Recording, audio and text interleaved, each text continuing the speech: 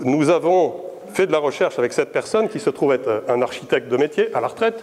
Donc il a visité les foires, il est allé voir les professionnels et il a recherché quelles étaient les possibilités. Nous avons étudié techniquement 3 choses. La pompe à chaleur dite géothermique, la pompe à chaleur RO et les chaudières à pellets, c'est-à-dire à agglomérés de bois. Les chiffres que j'aurais voulu vous montrer montrent que c'est la pompe à chaleur géothermique qui est la plus chère et la chaudière à pellets qui est la moins coûteuse. Mais après, d'autres critères entrent en ligne de compte. Nous avons mis en compétition 4 prestataires possibles. Un tout à fait local qui est à Gland, le leader cantonal qui est Romand d'énergie, une entreprise de Vevey et une entreprise d'Yverdon. Nous avons eu des écarts pour les mêmes objets de 33% dans les offres de prix. Nous avons étudié ces 3 procédés avec 4 prestataires différents pour arriver à des écarts de prix de 33%, 86 000 francs pour le mieux disant et plus de 110 000 francs pour le plus cher. Et entre les deux, bien évidemment, les 2 autres.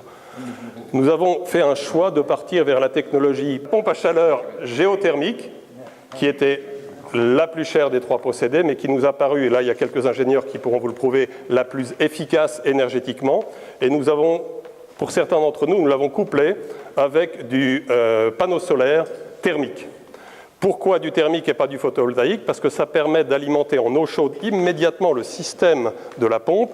Et à chaque fois que vous alimentez suffisamment, que vous amenez suffisamment de thermie par le solaire, la pompe ne tourne pas, elle ne va pas pomper dans le sol.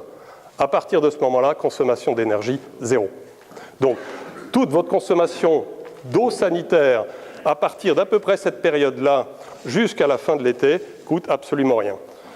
Cette installation a des compteurs individuels entre la pompe à chaleur elle-même et les panneaux solaires. Et on peut voir que sur le toit, quand il fait très beau, ça monte à 200 degrés dans ces tubes, et que par des jours couverts, comme actuellement, on tourne autour de 50-55.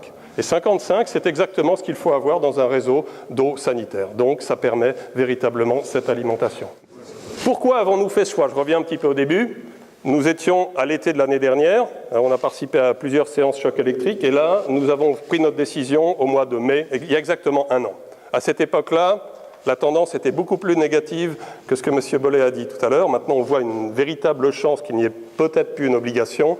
Il y a 1 an, on se dirigeait vraiment vers l'obligation. Après cette étude technique, moi, je me suis concentré sur d'autres aspects qui sont importants pour un projet de ce style, c'est-à-dire l'aspect fiscal, qu'est-ce qui se passe en termes d'impôts. Qu'est-ce qui se passe en termes de subventions? J'insisterai pas trop, puisque M. Marcos va pouvoir vous en parler tout à l'heure. Et la rentabilité éventuelle des 3 procédés. Est-ce qu'il est possible ou pas de trouver une rentabilité, c'est-à-dire dans le temps, d'être remboursé de son investissement? Vous pouvez toujours déduire l'intégralité de ces travaux de vos impôts. Donc 2 modes de financement, la déduction fiscale et la subvention. Les 2, c'est toujours du cash, mais ça ne fonctionne pas pareil. L'intérêt de la déduction fiscale, c'est qu'elle peut être en préfinancement. Si vous payez vos impôts par acompte mensuel, il vous est possible, dès que vous avez le dossier technique, de faire une demande de réduction de vos versements mensuels, de façon à ce que votre part de déduction d'impôt vous serve à préfinancer l'investissement. Ça fonctionne très bien, les services de l'État répondent immédiatement. En 15 jours, j'avais mon accord. Donc avant même que les travaux soient commencés, j'ai commencé à payer moins d'impôts pour pouvoir financer mon installation. Ensuite, il y a des subventions cantonales qui sont variables selon le type de procédé. Vous pouvez aussi avoir une subvention pour l'installation de votre réseau interne. Vous pouvez avoir une subvention pour une pompe à chaleur RO, mais uniquement si le géothermique n'est pas possible. Et vous pouvez aussi avoir une subvention pour les pellets, mais elle est nettement inférieure puisqu'elle est de l'ordre de 3 000 francs. Sur ce tableau, c'est un récapitulatif des valeurs nettes.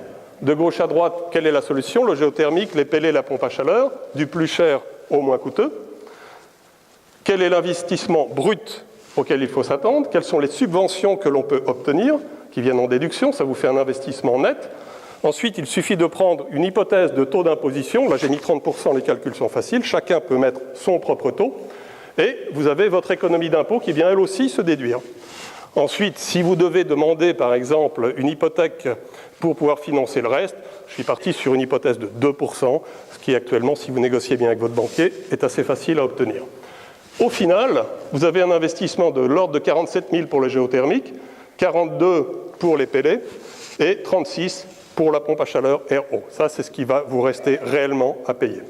Après, est-ce que l'on peut rentabiliser cet investissement?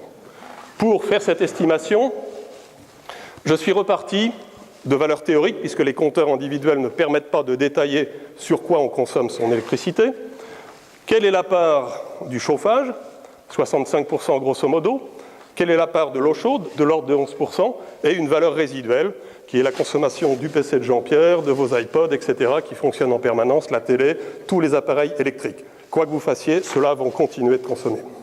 Et bien évidemment, on ne va pouvoir économiser que sur la part chauffage. Et quand on installe une pompe à chaleur, une pompe c'est un moteur ça consomme de l'électricité. Donc vous n'allez pas supprimer complètement votre consommation d'électricité de chauffage, vous allez simplement la diminuer. Qu'est-ce que ça va coûter par an? Pour une maison du type de la mienne, d'une valeur de 2500 francs de consommation électrique pour le chauffage, je vais passer à 1100 francs. Donc j'économise plus ou moins 1400 francs par an. Faites un rapide calcul, les 40 et quelques mille qui restent divisé par ça, ça va être assez difficile. Et si on fait un calcul de payback, on se rend compte qu'avec un coût du kilowattheure à 0,22 tel qu'il est actuellement pour moi, j'ai un payback en 26 ans. Pas sûr que ce soit très intéressant. Si l'électricité devait augmenter considérablement, ce qui était le cas qu'on pensait l'année dernière, mais totalement faux actuellement, puisqu'elle ne fait que baisser, en tout cas pour les gros consommateurs, il faudrait quand même encore 21 ans. Autrement dit, il est totalement illusoire, quel que soit le procédé, de penser pouvoir rentabiliser son investissement sur la consommation. Ce genre d'investissement a un seul but, c'est la valorisation du bien, en dehors des aspects écologiques. Les critères de choix pour nous, pourquoi pas le pellet qui était le moins cher?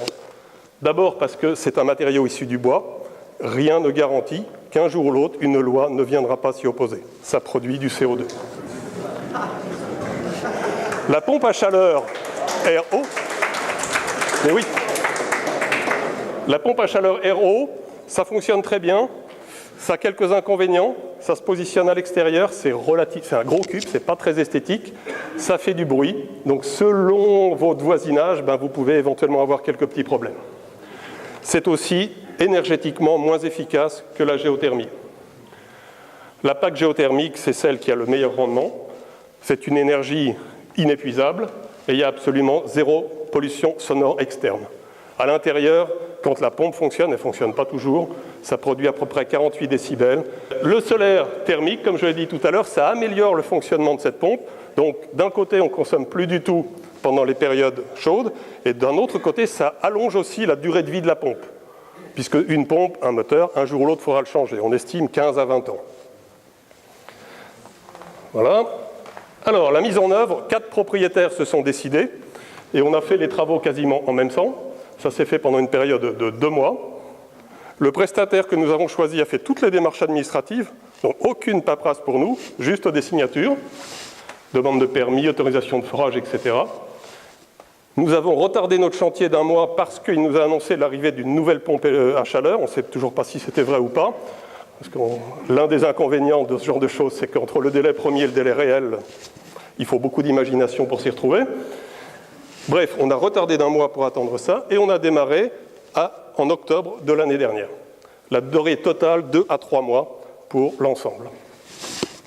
Une semaine en plus, pour mon cas par exemple, c'était fait en ce début d'année pour installer les panneaux solaires, parce qu'en décembre, il y avait du gel, les ouvriers ne pouvaient pas monter sur les toits, c'est évident. Le gros intérêt de la solution, c'est que chacun a pu adapter exactement à son besoin l'offre. La pompe, c'est une chose, mais après, il y a les radiateurs. Quel type de radiateur? Où est-ce que vous voulez les mettre? Quelle dimension? Etc., etc.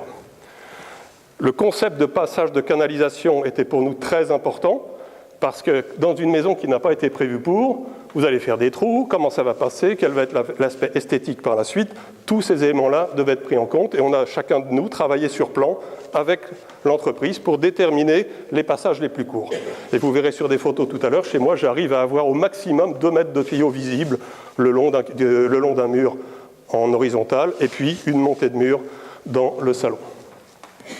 Adjonction de solaire thermique ou pas, c'est un choix personnel. 3 sur les 4 l'ont fait, la 4e n'a pas voulu. L'ampleur du chantier a largement dépassé la capacité de l'entreprise qu'on a choisie, qui est une entreprise artisanale de Gland, ce qui fait que moi qui étais le dernier, par exemple, il a fallu 1 mois et demi de plus que prévu.